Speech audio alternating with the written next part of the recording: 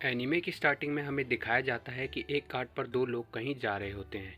फिर अचानक से ज़मीन फटती है और उसमें से एक बड़ा सा मॉन्स्टर बाहर आता है, जिसे देखकर वो दोनों बहुत ज़्यादा डर जाते हैं। लेकिन उसी वक्त एक लड़का वहाँ आता है और मॉन्स्टर का एक हाथ काट देता है, जिसे देखकर वो मॉन्स्टर बहुत ज़्यादा गुस्से में आ जाता है। फिर वो लड़का उस पर दोबारा अटैक करता है और उस मॉन्स्टर को पूरी तरह मार देता है।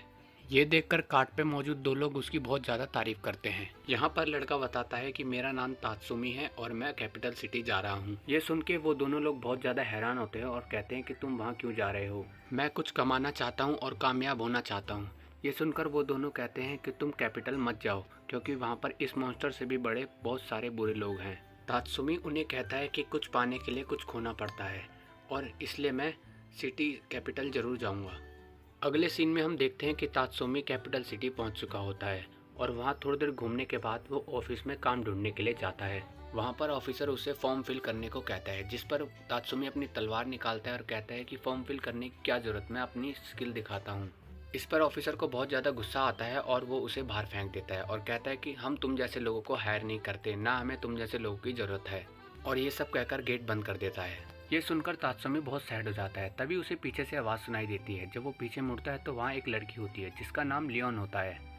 मुझे लगता है कि तुम बहुत ज़्यादा परेशान हो, मैं तुम्हारी हेल्प कर सकती हूँ कोई भी गवर्नमेंट जॉब पाने में, पर मेरी एक शर्त है, तुम्हें मुझे खाना खिलाना होगा। जिस पर तात्सुमी मान जाता है। फिर वो दोनों होटल चले जाते हैं, जहाँ पर वो लड़की बहुत ज़्यादा खाना खाती है और साथ में ड्रिंक भी करती है। तुम मुझे मेरी जॉब कैसी दिलवाओगी? ये सुनकर वो लड़की कहती है कि मिलिट्री में मेरा एक दोस्त है जिसे मैं पैसे दूंगी तो तुम्हारी जॉब डन करवा सकता है।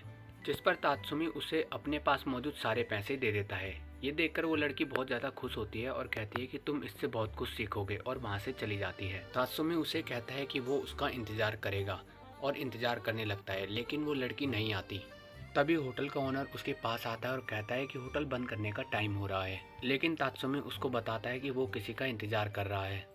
ऑनर उसे बताते हुए कहता है कि मुझे बताते हुए दुख हो रहा है, लेकिन तुम्हारे साथ धोखा हुआ है। ये जानकर तात्सुमी को बहुत ज़्यादा गुस्सा आता है। अब हम देखते हैं कि तात्सुमी रोड साइड में बहुत बुरी हालत में बैठा हुआ है, क्योंकि उसके पास किसी होटल में रात गुजारने तक के पैसे नहीं होते। लेकिन तभी एक कार्ट उसके पास आकर रुकती है, जिसमें से एक लड़की बाहर आती है जिसका नाम आर्या होता है। आर्या को उस पर बहुत तरस आ रहा होता है और वो उसे हेल्प ऑफर करती है और कहती है कि अगर तुम चाहो तो रात मेरे घर पे गुजार सकते हो। पहले तो वो कुछ सोचता है, फिर आखिरकार मान जाता है। फिर हम देखते हैं कि वो उसके साथ उसके घर आ गया है। वहाँ पर आर्या उसे अपनी फैमिली से मिलवाती है। तात्सुमी उसका घर देखकर बहुत ज़्यादा इम्प्रेस होता है, क्योंकि आर्या बहुत रिच फैमिली से बिलोंग करती थी। तात्सुमी उनको देखकर ये सोचता है कि दुनिया में बुरे लोगों के साथ साथ अच्छे लोग भी हैं। और फिर तात्सुमी आर्या के फादर को बताता है कि मैं यहाँ मिलिट्री की जॉब हासिल करने आया हूँ। इस पर आर्या के फादर बताते हैं कि मिलिट्री में जॉब करना बहुत टफ हो सकता है। फिर वो उससे पूछते हैं कि क्या तुम अपने गाँव से अकेले आए हो? जिस पर तात्सुमी कहता है कि नहीं, मेरे साथ दो दोस्त तायो और आयोसिमी भी थे। फिर हमें फ्लैशबैक में दिखाया जाता है कि वो तीनों अपने टीचर को गुड बाय कह रहे होते हैं। उनके टीचर ने उन्हें एक गॉड दी थी और कहा था कि मुसीबत में ये तुम्हारी प्रोटेक्शन करेगा। और अपने टीचर को अलविदा कहने के बाद वो तीनों कैपिटल सिटी की ओर चले आते हैं। और वो सिर्फ आर्या के फादर को ये बताता है कि जब हम रास्ते से आ रहे थे तो हम पर रॉबर्स ने अटैक कर दिया था और इस तरह मैंने अपने दोनों दोस्तों को खो दिया। काश मैं उनसे दोबारा मिल सकूं। जिस पर आर्या के फादर कहते हैं कि मिलिट्री में मेरी अच्छी जान पहचान है, मैं कोशिश करूंगा कि तुम अपने दोस्तों से मिल सको। आर्या भी कहती है कि तुम अपने दोस्तों से जरूर मिलोगे। इसके बाद तात्सुमी अपने रूम में सोने के लिए चला जाता है। फिर जब सुबह होती है तो आर्या उसे शॉपिंग पे ले जाती है और बहुत सारी शॉपिंग करती है, जिससे तात्सुमी पूरी तरह थक जाता है और उधर एक गार्ड के पास आकर खड़ा होता है। गार्ड उसे एक बिल्डिंग की तरफ इशारा करके इम्पीरियल पैलेस दिखाता है और कहता है कि ये कैपिटल का हार्ट है और बहुत बड़ा है। अच्छा, तो ये है वो जगह जहाँ पर हमारा किंग रहता है। जिस पर गार्ड कहता है कि नहीं, ये एक राज की बात है, लेकिन हमारा किंग एक बच्चा है जिसे प्राइम मिनिस्टर शैडो टेक्निक की मदद से कंट्रोल करता है, इसलिए मुल्क अंदर ही अंदर डिस्ट्रॉय हो रहा है। ये सोचकर तात्सुमी चिल्लाने लगता है, लेकिन गार्ड उसका मुंह पकड़ लेता है और कहता है कि चिल्लाओ मत, कोई सुन लेगा।